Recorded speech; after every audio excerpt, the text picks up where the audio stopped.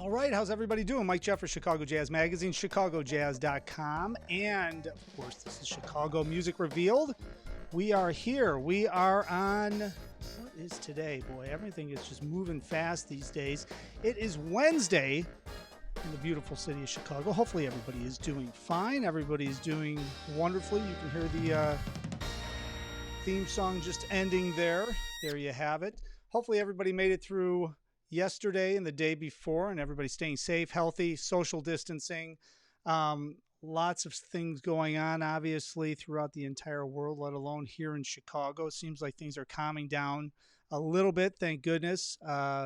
We took a little time out yesterday in honor of the music pause that they put on. All of the music industry people throughout the entire country paused what they were doing in support of all of the social injustice that's happening here. So I was happy to be a part of it. I'm glad the show, we put a little pause on. We're going to reschedule the guests that we had planned for yesterday for another time, but it was a very important day.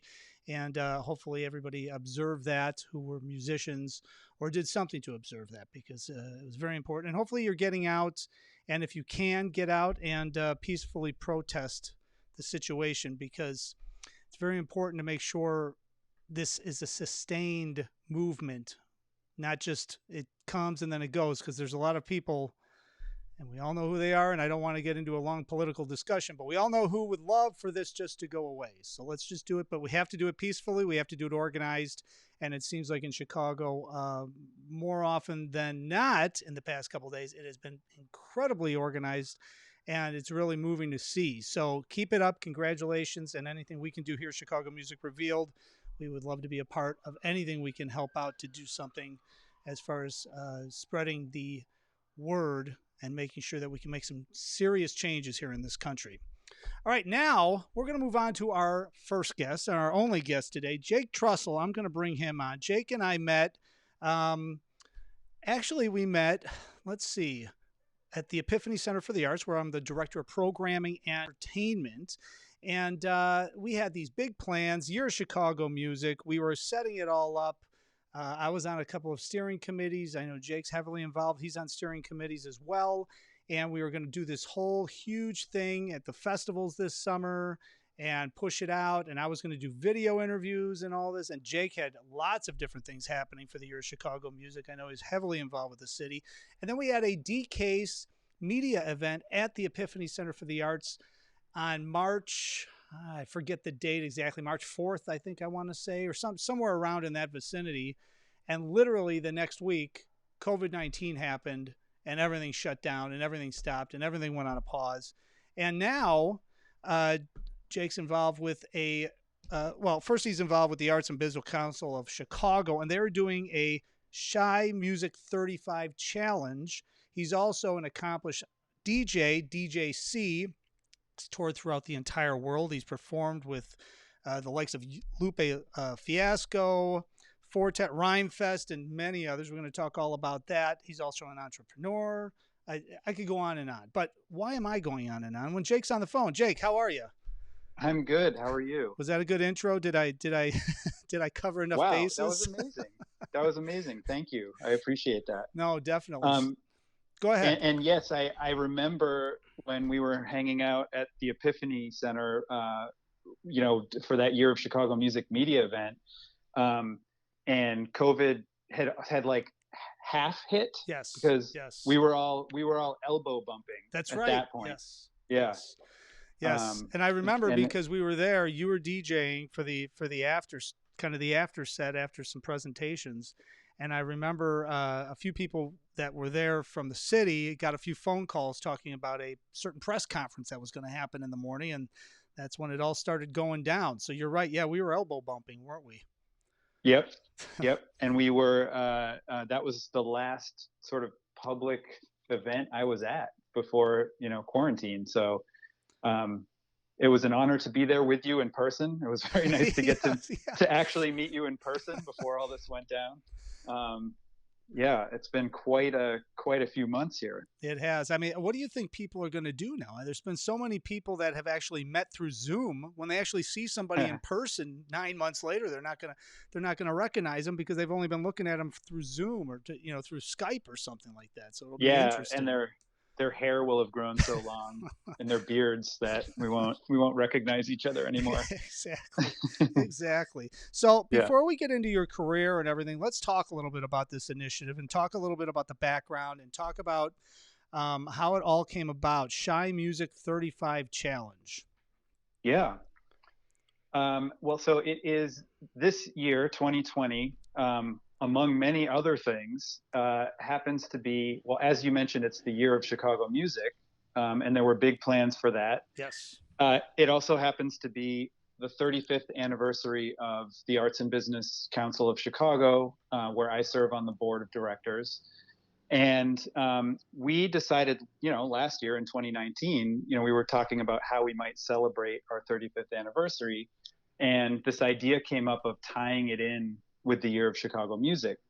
And so, in fact, somewhat, I think, fortuitously, and sort of, I guess it was kind of good in retrospect that we decided not to do a gala or a live event, and instead we would create this online challenge. And there's actually a raffle component of it too to raise funds. But the challenge is asking the public to help define the 35 greatest moments in Chicago music history.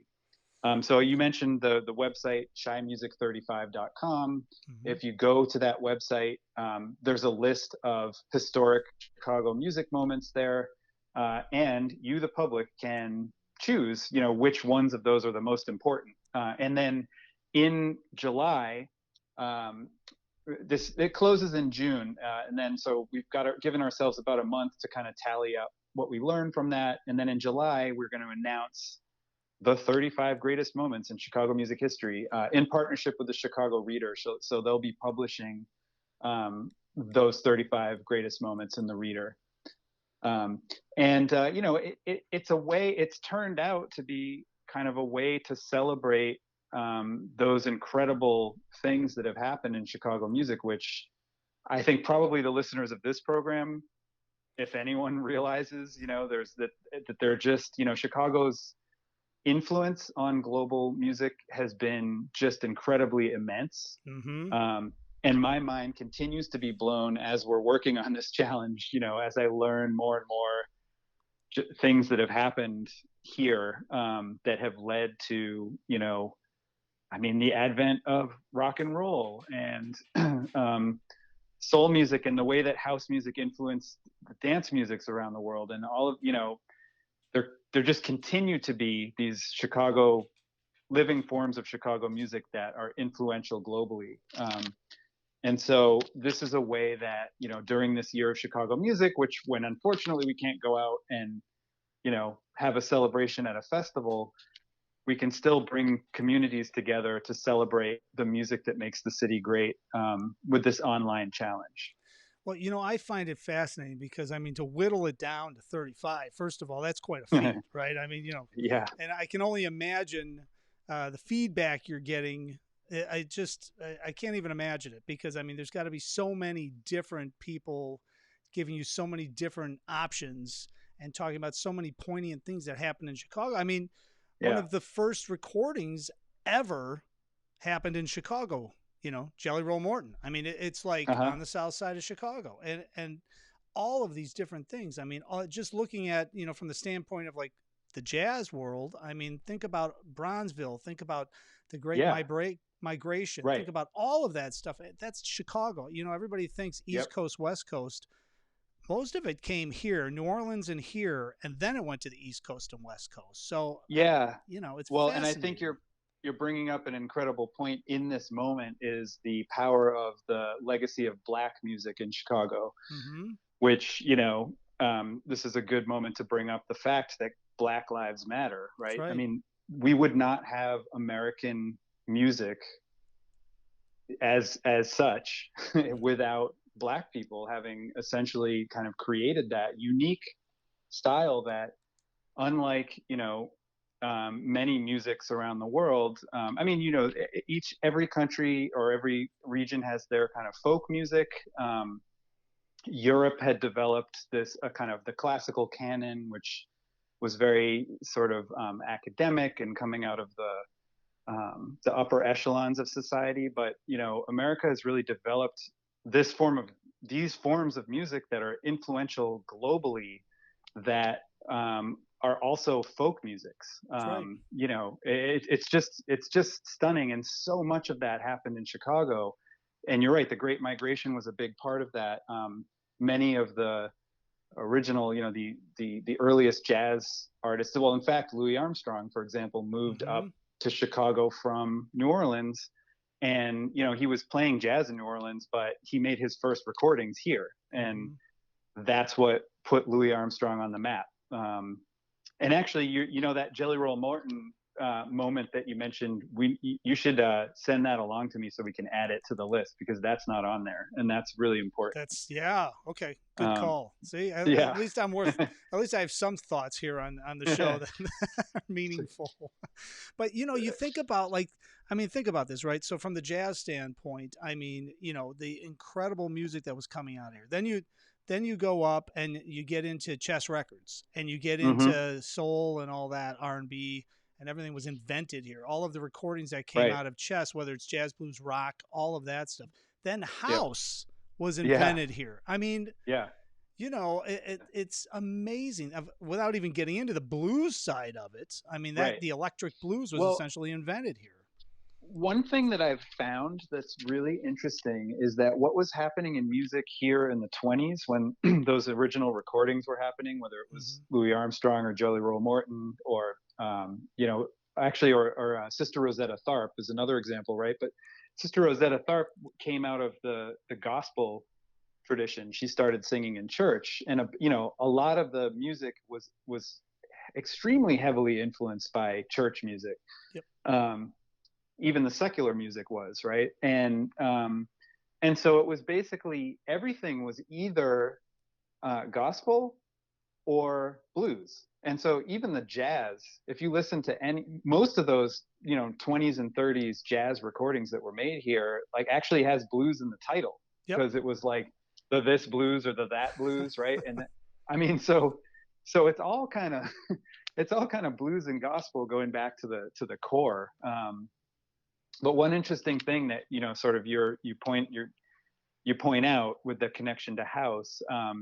So DJ Laurie Branch, who's widely considered to be kind of the first woman who was a house music DJ in the early 80s on the scene, when it was at the time when it was kind of dominated by men. Um, she's one of our ambassadors for Shy Music 35, and she did an interview recently with the Chicago Reader, in which she talks about the fact that her cousin is Billy Branch, who's a blues harmonica player, and she told a story of watching him perform at the blues festival and being so proud of him. And then also that she grew up in the church where Sister Rosetta Tharpe, who's considered the godmother of rock and roll and is Hmm. in the Rock and Roll Hall of Fame, grew up singing. She started singing, in the 20s as a 6-year-old in this church. And so you have this person, Laurie Branch, who I mean, the thread just ties through everything with her, right? And you just see the power of black music in Chicago, from this woman who was, who created a guitar style in Sister Rosetta Tharpe that kind of influenced rock and roll to a large extent, um, through to her cousin, who's a blues artist, and herself, who was there at the beginnings of house music, that's been so influential to global dance music. And in fact, it's funny, as I go through and talk. I'm obviously like a huge music nerd, and so I can nerd out on this stuff all day. But, like, a lot of people I talk to are like, "Oh, really?" And like I said, I keep having my mind blown too. Like, I'm learning new stuff about this all the time. But Hmm. um, you know, uh, house music not only was kind of invented in Chicago, the term comes out of the Warehouse, which was a club where these DJs were playing, kind of mixing disco with European electronic music like Kraftwerk and soul and all kinds of stuff into this melange that eventually became house when they started turning it into their own records that they were producing. Mm-hmm. Um, but that the fact is that, like, I guess the first house music record came out in '84, and within like 2 or 3 years they started really experimenting a lot more with like hardcore electronic instruments, right? And they started using these Roland synthesizers, and came up with what they were calling acid house. And acid house became the sound of the UK rave movement. So by the Oh. late by the late 80s, in 1989, in England, like all the DJs were playing this stuff called acid house, which was invented by these black kids in Chicago. Isn't that Um, amazing? It's amazing. Unbelievable. Yeah. Yeah. Yeah. I mean, And it's, I noticed it happening again, even, 10 years ago, like around the time when I moved to Chicago. um, I was really into dubstep, which was this genre that was big in England at the time. And right around that time there were these producers and DJs in Chicago producing this sound called footwork, which is related to like a particular dance style. mhm. And footwork is like a really interesting, complex, musical style. And suddenly all the DJs in England who had been playing dubstep were like, "Oh, I play footwork now." And you could just see that like crosstalk that continually goes back and forth from the British invasion, Yeah. like with, when you had Led Zeppelin and the Yardbirds and the Rolling Stones all playing Chicago blues, like up Hmm. until 10 years ago. It's still happening. I find it amazing because, to your point too, and I remember because I used to have a practice space. I'm a drummer, obviously. Well, I know you know that, and I know everybody watching this Yeah. probably knows that too.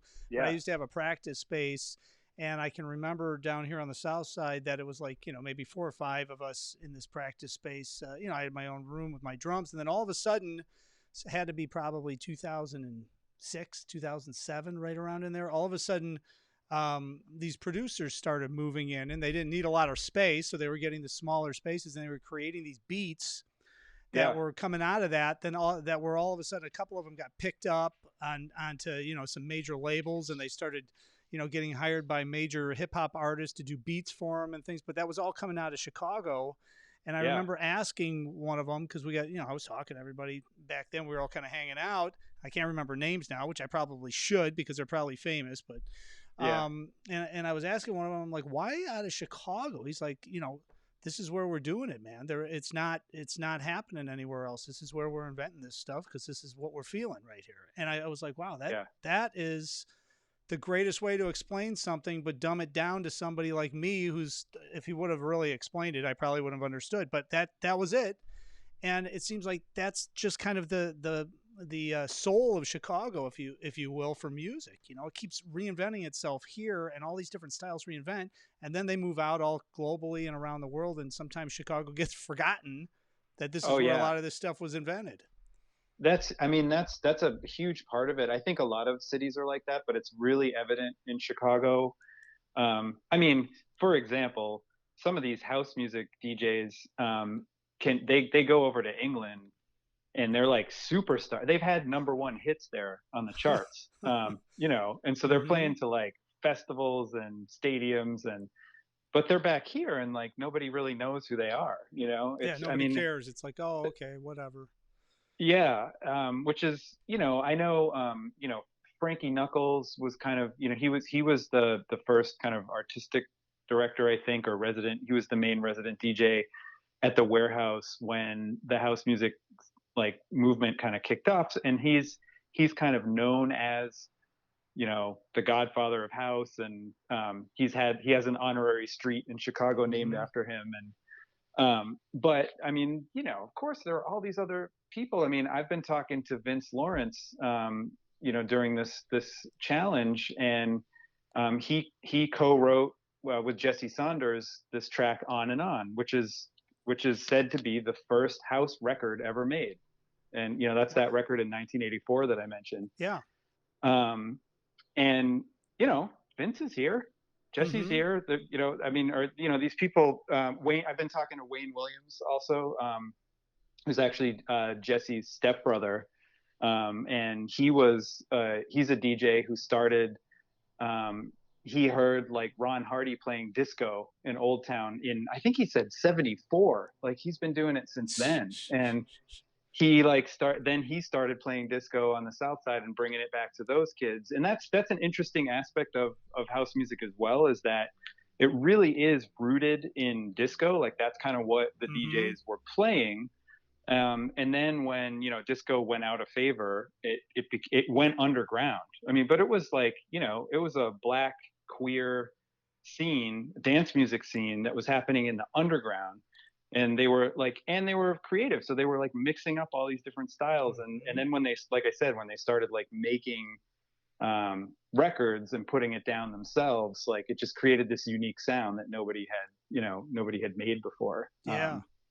Well, Yeah. it's fascinating when you really start looking at it, and you really, I mean, we could talk for hours about stuff. I mean, we're not even talking about like outside of house music and outside of blues, jazz. I mean, just think about like the steppers. I mean, I don't know how much Yeah. stepping is happening around the world, except for here in Chicago. It's Right. huge, and when people come Yeah. into Chicago, they're stunned. They love it. But the steppers movement, I mean, the all That's that really, I music. know. That's fascinating. And I don't know that much about steppers, but you know, what it reminds me of a little bit is the go-go scene in DC. Mm-hmm. You know, where like certain cities, in Baltimore, there was Baltimore club music. Like these cities have these kind of regional styles that don't necessarily make it out. And steppers kind of like, yeah, sort of strikes me as that in Chicago. Yeah, I You mean, know, has this amazing heritage here. it really does, and it's just it's huge. I mean, you know, if you have a steppers party or something, like if we were going to do something at Epiphany with a steppers party, we probably had 600 people show up without even worrying, without even trying, because That's as long amazing. as we had the right band and they were playing the right music, I mean, it's incredible. But I mean, we could go down these wormholes all out of Yeah. Chicago, and it's Yeah. amazing to me. And that's part of the reason why the city and Commissioner Kelly started that initiative for the Year of Chicago Music. Now, Right. what committees were you on? What different steering committees were you on? Because I know that you were on a Um, couple, weren't you? yeah, I'm on, and I mean, I'm saying I am because presumably that'll come back to life at some point. Right. Yeah. I I mean, shouldn't say you were, because yeah, I still am as well. But right. And I mean, it technically is the Year of Chicago Music still, and I know that they've announced that they're going to continue it into 2021, yep. because I think largely, I think because one of the main initiatives was, or the a keystone aspect of it was going to be Chicago in Tune, which Mm-hmm. was a major new festival combining a number of other festivals, including blues, gospel, and house music festivals. And of course, you know, all of the festivals were canceled, and so I think that's the main reason why they've kind of moved it. They're going to continue it into 2021, which makes a lot of sense. But yeah, I've been serving on the marketing committee, and also the uh, professional development and industry development um, Mm. working group, which is really interesting. I mean, that's a place where when you think about music industry, it's Chicago's a place where there were lots of record labels at one point, and there and have been over the years, right? Yeah. But you see over and over again artists become successful here and then move to the coasts.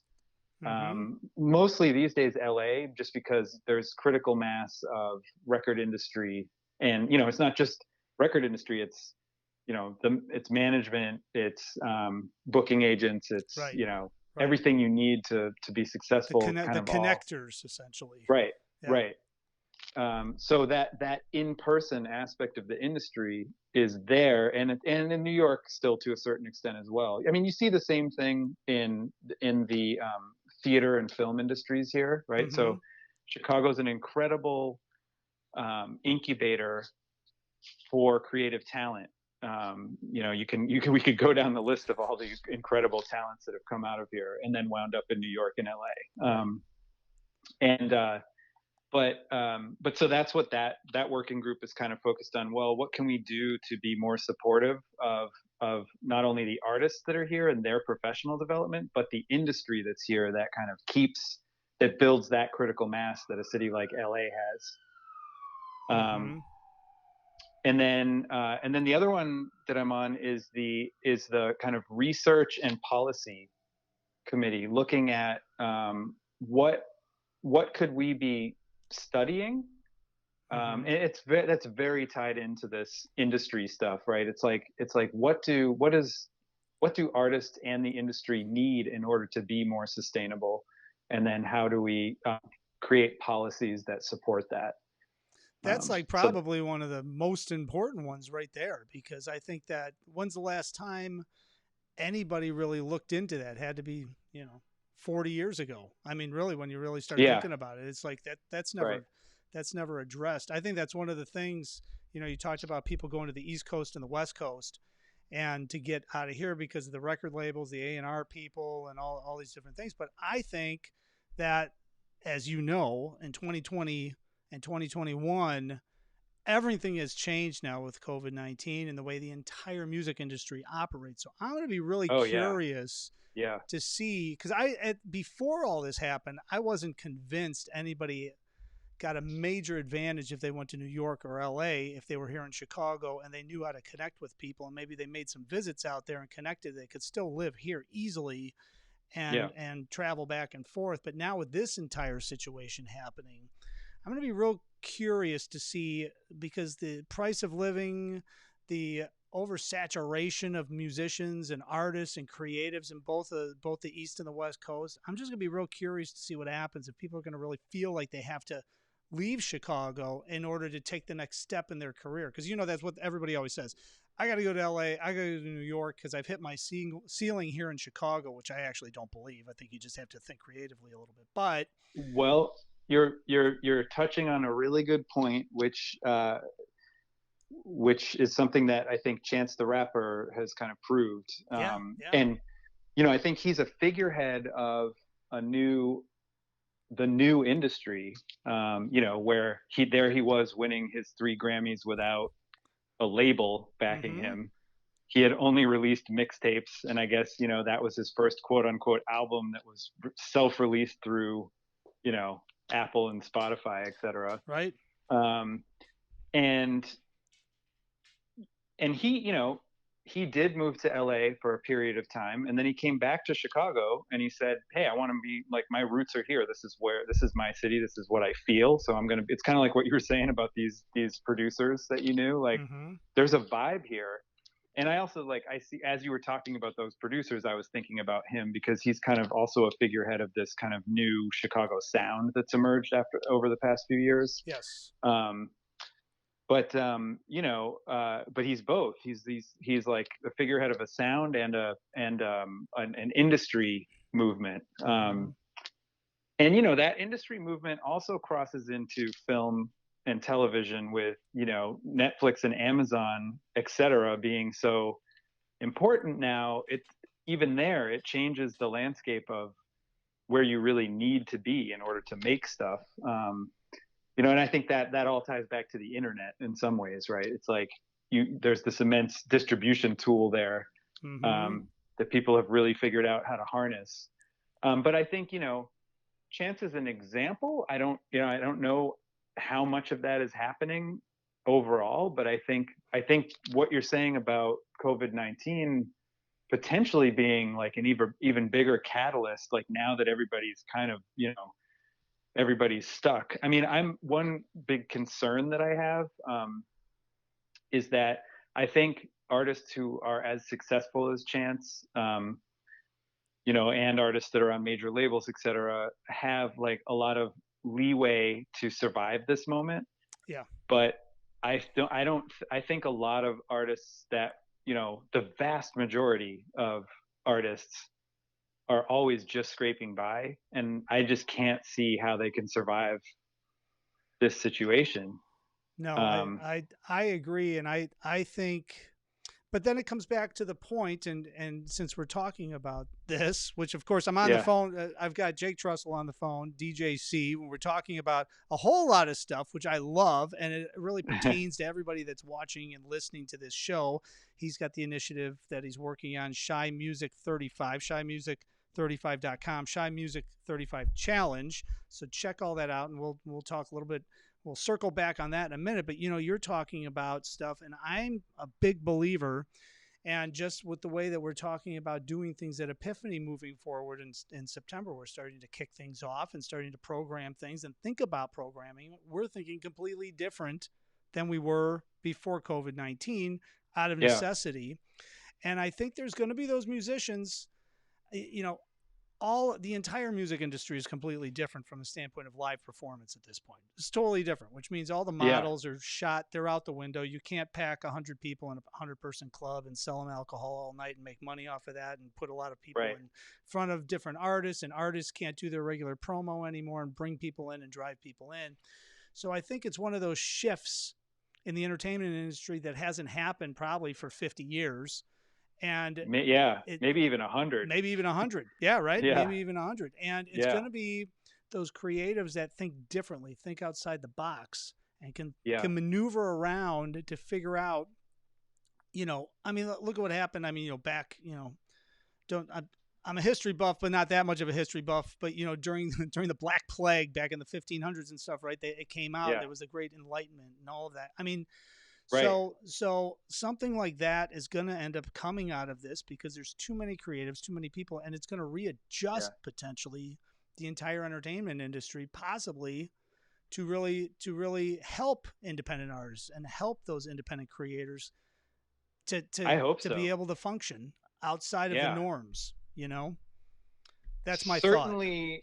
Certainly the many of those creatives themselves are creating new models for that Yep. themselves right now, right? I mean, again, like Chance the Rapper was kind of doing that before all this happened, but now is the opportunity. I mean, I'm not a professional artist myself, but I am a musician and a DJ, and I found myself, like, I had a number of gigs that were canceled in March, and suddenly I was like, oh, I'm gonna go on Facebook Live and Instagram Live and just, like you're doing with your show here, Right. Yeah. and just like do these sets that I was gonna do, and it wound up being so cathartic, both for me and like even for my friends, who wound up, like, we would have dance parties in our own living rooms, and like my wife connects with them on Zoom, and the kids are there, and it's just fun. And Mm-hmm. I'm it's not like any kind of business model, but it's kind of forced me into this like thing that I never would have done. Right. For some reason I was like, I don't know why I would live stream, but I have been, and it's been really fun. And so I imagine that, like, especially people who are in the position of like really struggling and having to figure out how to survive this moment, there must be some really incredible ideas emerging out there, that we're going to start to see bubble up. Yep. To your point, I think this moment is probably it will redefine how the music industry works. It certainly already has, right? Like, That's the music right. industry has just like canceled every live performance, and we've never seen anything like this before. No, it's I was telling, I say this on the show all the time, and to different artists and different guests when I have them on, but I mean, even during the financial crisis, clubs were open. There was some business to be had for the music industry, for the creative industry, just in general, right? I mean, there's some Yeah. business to be had. Right. This is like the worst thing that could happen to the live performance, live entertainment industry, period. Yep.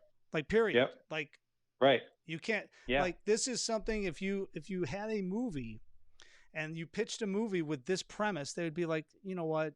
That's way too out there, man. There's no way that Right. we could ever do anything with this. I mean, give me a break. Right. Who's going to believe that? Right. Well, here Yeah. we are, Yeah. And Yep. to your point, I know we talked about this offline when we've talked on the phone in the past couple of months, but you're doing your live stream DJ and sets, spin sets and Yep. stuff. And I mean, I'm doing the show. I decided to start doing Yeah. this show on a regular basis to start connecting with people and connecting the music scene. And I'm already seeing the ability to reach people all over the country, let alone all over the world. I'm having people from Brazil on, and I'm having people Yeah. from France and England and things like that on this show. Yeah. And we're all talking, and we're talking about the same thing. We're all going through the same stuff. And it's Yeah. building out my audience and building out my brand that Totally. I would have Yeah. never done that. I was doing my show completely different before this whole thing happened. And to Right. your point, same thing with you, with DJing, Facebook Live and Instagram Live. You got to be reaching a lot more people on a regular basis than you would if you Yeah. were at a club. We reconnected. We had people that just that first time I did it. We had friends from Thailand, Chile, Berlin, England. I mean, it was like, It's amazing. yeah. I mean, they never would have come to a show in Chicago, or No. so that was, yeah, it was incredible. And I'm sure you've talked to a lot of other DJs, and I've talked to a lot of musicians that we've talked about, and they're like, you know what?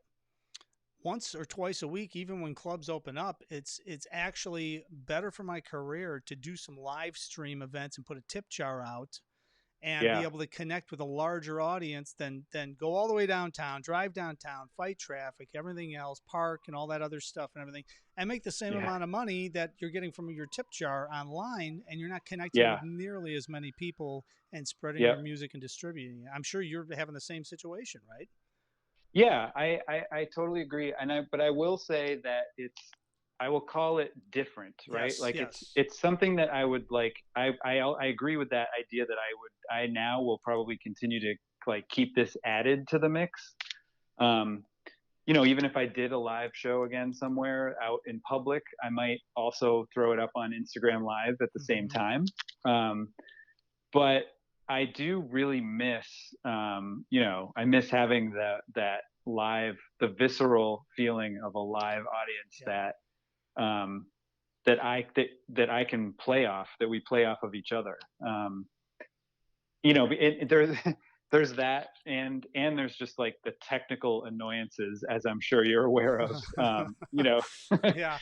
of live streaming is it's just a pain. And especially, I don't know if anyone you've been talking to has gotten into this yet, but as a DJ trying to perform on a live stream, there are serious problems with copyright issues. So Facebook and Instagram, well, same company, right? But Right.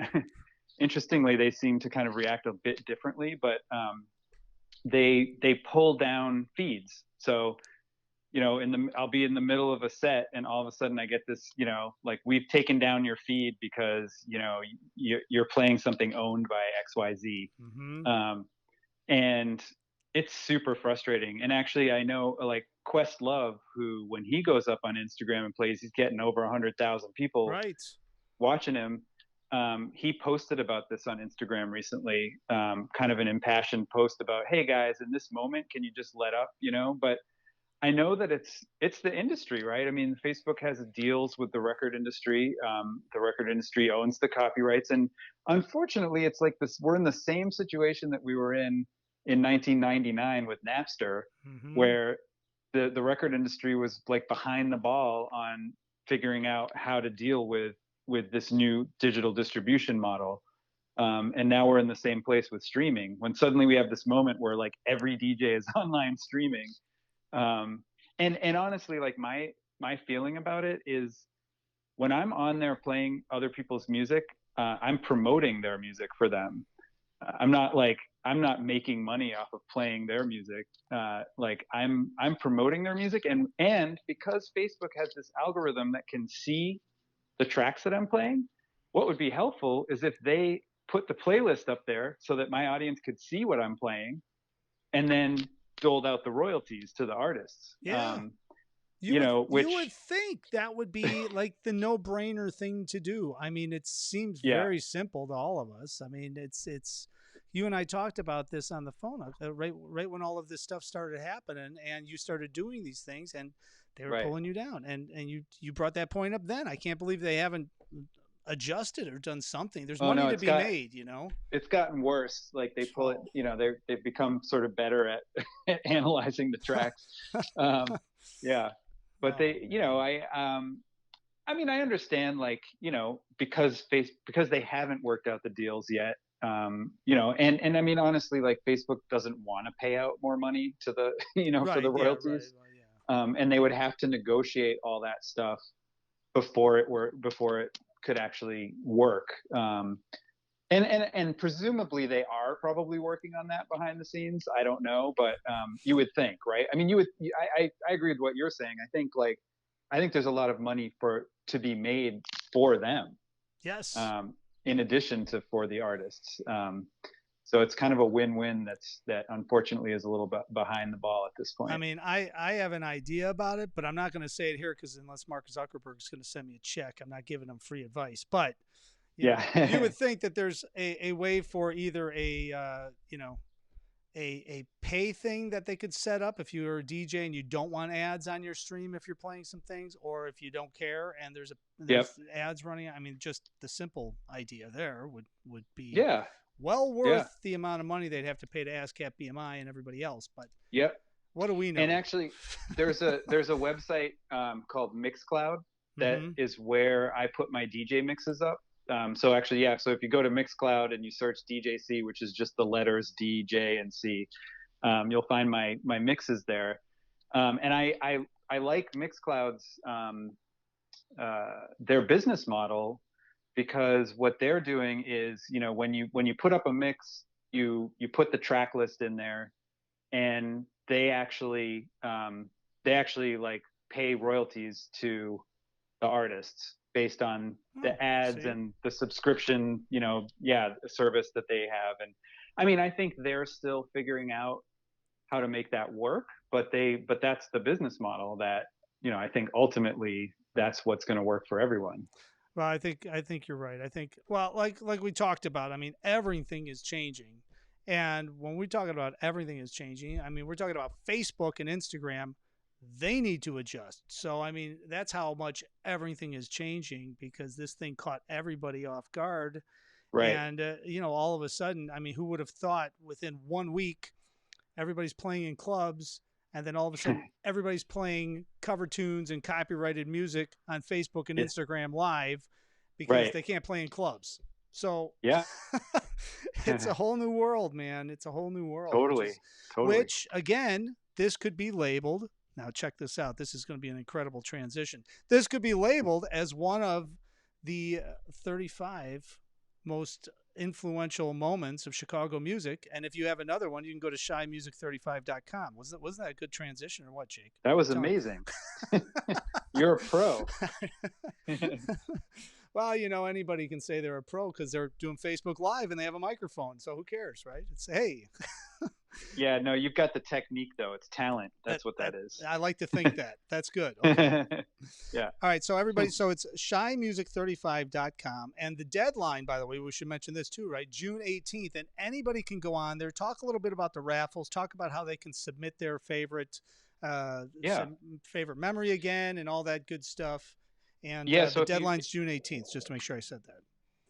Right. So if you go to shymusic35.com, you'll see right on the homepage there the poll where you can vote for up to 5 of these moments. Super easy to vote. You just check them off, whichever ones you like. And if we're missing something, like I mentioned to Mike earlier, you can add your own moment there. And if it meets the criteria, we'll add it to the list of moments.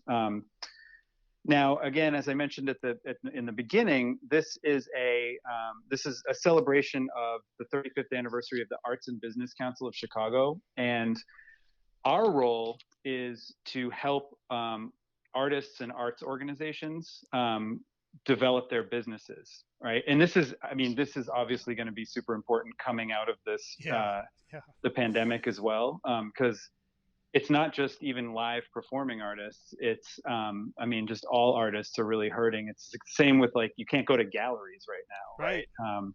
Theater is, that's a live performance art. Theater industry is devastated.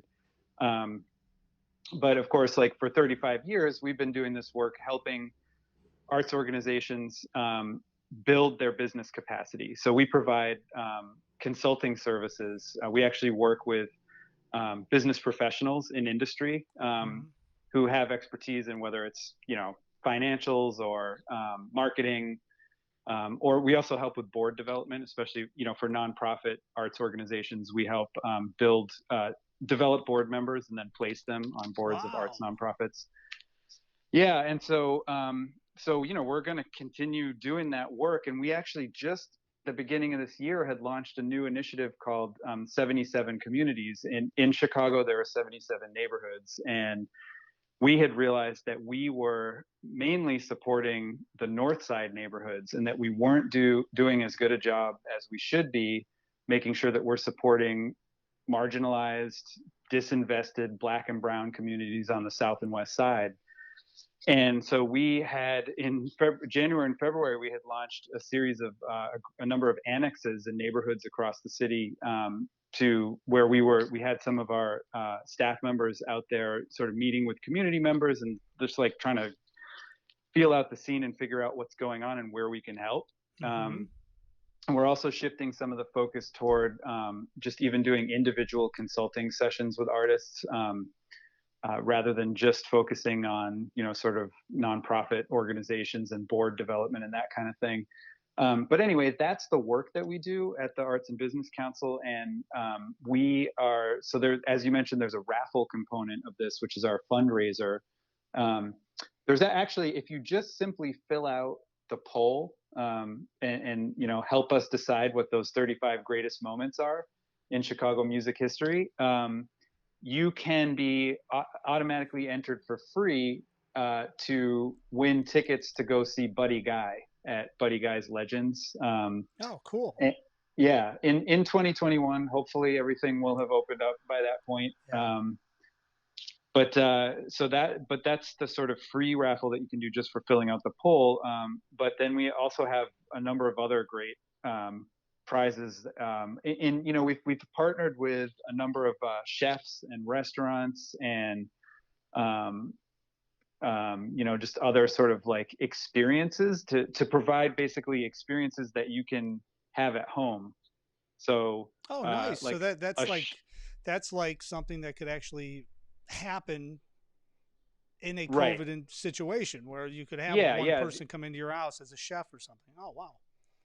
Yeah, or even like, they'll make you something and deliver it. Hmm. There's a farm share prize. There's a barbecue prize, where this great barbecue chef will make you. There's actually a creative escape, which could be really fun, even in this situation, Hmm. to the Bright Angel Retreat and Creative Center, which is out in Michigan. So there's just a bunch of fun prizes, but essentially what we're doing is raising funds for the work that we do, and of course, which of course is going to be really challenging and important coming out of this devastating pandemic situation. Yeah, it's you So guys are going to be one of the most important organizations in Chicago as people come out of this because there's going to be a ton of need in all of the yes, different creative avenues. And I mean, you guys are incredible. I knew a little bit about the Arts and Business Council, but I mean, this is just you talking right now. I've got to really delve into it because it sounds incredible the amount of resources that you're able to offer people and help all different creatives throughout the entire city. yeah, and of course, I mean, this is focused on music because it's the year of Chicago music, but our, as I mentioned, our work spans across. It's just arts and culture in general. Hmm. So, like Wow. I said, well, in fact, last year, with the year of Chicago theater, we put together a cohort of theater organizations that are led by or in Black and Brown communities, and we're providing. This was based on a grant that we received from Department of Cultural Affairs and Special Events.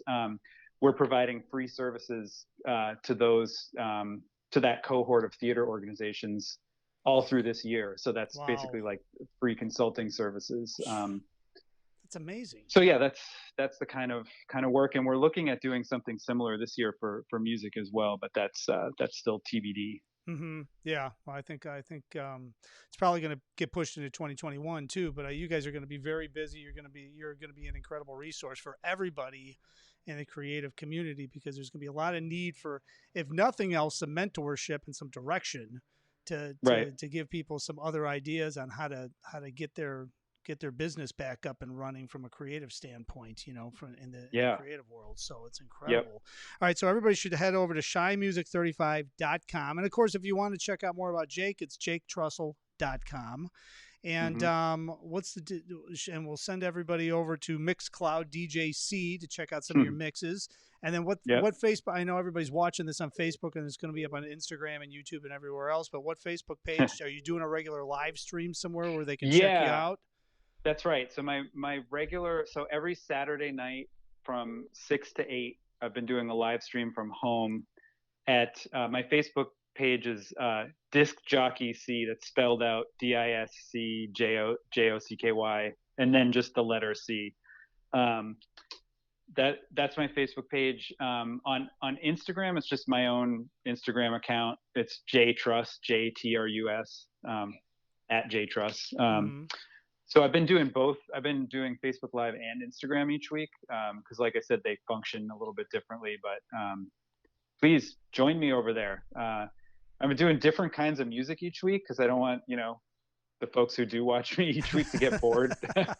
um, so I don't know how long I'll be able to keep that up. But actually, just this past week, I stepped away from that sort of. I DJ'd at Navy Pier as part of their Wave Wall Wax series, and obviously that was supposed to be a live in-person DJ set with an audience, Mm-hmm. but instead it was this surreal set of just me playing with like the three employees of Navy Pier that helped me get set up. To like otherwise an otherwise empty Navy Pier. Yeah. Um, I saw but I they saw some of that. I saw some of that when I was surfing around. That's oh got to be cool. weird when you're set up and you're cranking and there's like nobody there. It's really weird. There was like a whole nice sound system with a subwoofer and everything. It sounded great, and I had already planned as part of the Year of Chicago Music to do this set there that was kind of spanned the arc of Chicago music history. So I did a set that started with the earliest jazz recordings, like all the way up through contemporary hip hop and footwork and stuff like that. Yeah. And so it was a great opportunity to be able to do that, but a very strange situation. And it was also on Saturday, so it was the night that the protests were really breaking out, and there were helicopters flying overhead. I couldn't. It was really difficult to get to Navy Pier. It was quite an intense experience. I'm sure not as intense as actually like being in the thick of those protests, but and like you mentioned earlier, I'm like a huge supporter of the protests that are going on. Yep. But I but yeah, so anyway, that was a slight step away from my normal weekly from the house DJ sets.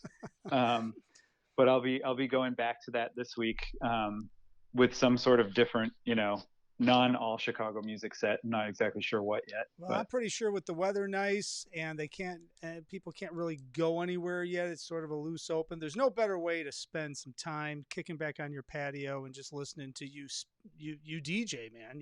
I mean, it's good stuff because I've heard you DJ at that DK's event, and then I've checked out some of your stuff out when I'm just kicking back and working. My mind's wandering. I'll throw something on. I just go over to your page and listen to some stuff. It's great. So oh, thanks, man. I appreciate yeah, that. no, Thanks for definitely, listening. definitely, and hopefully maybe we'll get to see you again in person sometime sooner rather than later.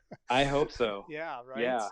Well, Yeah. Jake, thanks for jumping on today, man. This has been a great conversation. We could have talked for like 5 hours Absolutely. without any problem Yeah. at all. But keep me Totally. posted and let me know when the results come out on the Shy Music 35 challenge so that we can Will do. announce and push everybody over there through all our platforms. And, stay safe. Have a good weekend that's coming up. You And too. hopefully we'll see each other in person soon.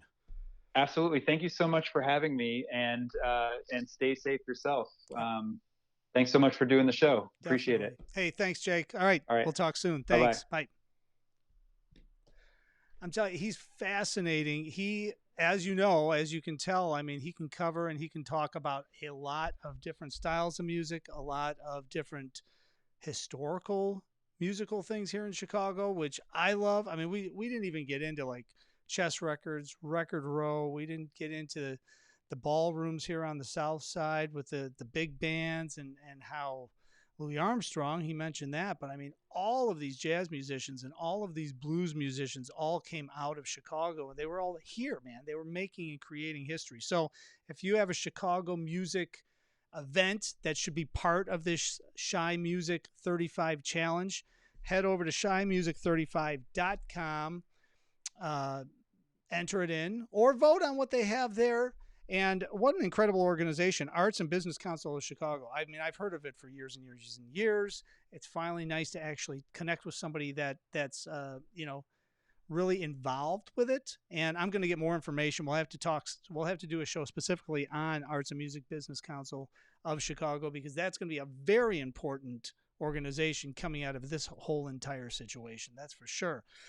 All right. Well, I appreciate everyone watching. That was a great conversation. Hopefully everybody's staying safe. Everybody's staying healthy. Everybody is relaxed. And if you have a chance to get out and peacefully protest, by all means, please do. Please get out there. There's been some very well-organized protests here in Chicago. We need to keep the movement going in a peaceful manner so that this doesn't just go away into the ether. We need this thing every day pushing forward. We'll talk about it here on Chicago Music Revealed as events warrant and as we get announcements, as we can help out. And also, let's stop the violence, man. This has been insane. So let's stop the violence in Chicago. Peaceful protesting, absolutely. And everyone stay safe. COVID-19 is still a situation. Wear your mask. Use hand sanitizer. Self-distance so we can all get out there and enjoy some live music at some point soon. All right, show tomorrow, 6 p.m. We will announce the guest right after this show because, there's so many things going on here. I don't have my notes in front of me, but I know we have a great guest coming up tomorrow, so stay tuned for that. I know who we have on. I know we have we're going to feature some of the writers, columnists from Chicago Jazz Magazine. We're going to be previewing the new issue that's out right now. The June issue is out for Chicago Jazz Magazine, so check it out on chicagojazzmagazine.com. So we're going to be talking to Monica about the article that she did on The Future Is Now and a whole lot more. She's a fascinating woman, so we're going to be talking to her and a lot more. All right, so everybody stay safe. Everybody stay healthy. As I always say on this show, if you like what you hear, please like the show. Please share it. Please send me a PM, a DM, send me an email, anything you want to do. If you have an idea for the show, any of that stuff, stay safe, stay healthy. And as I always say, if you like this show, tell your family, tell your neighbors, call the grandkids. We'll see you tomorrow, 6 p.m. right here, Chicago Jazz, Chicago Music Revealed. Stay safe.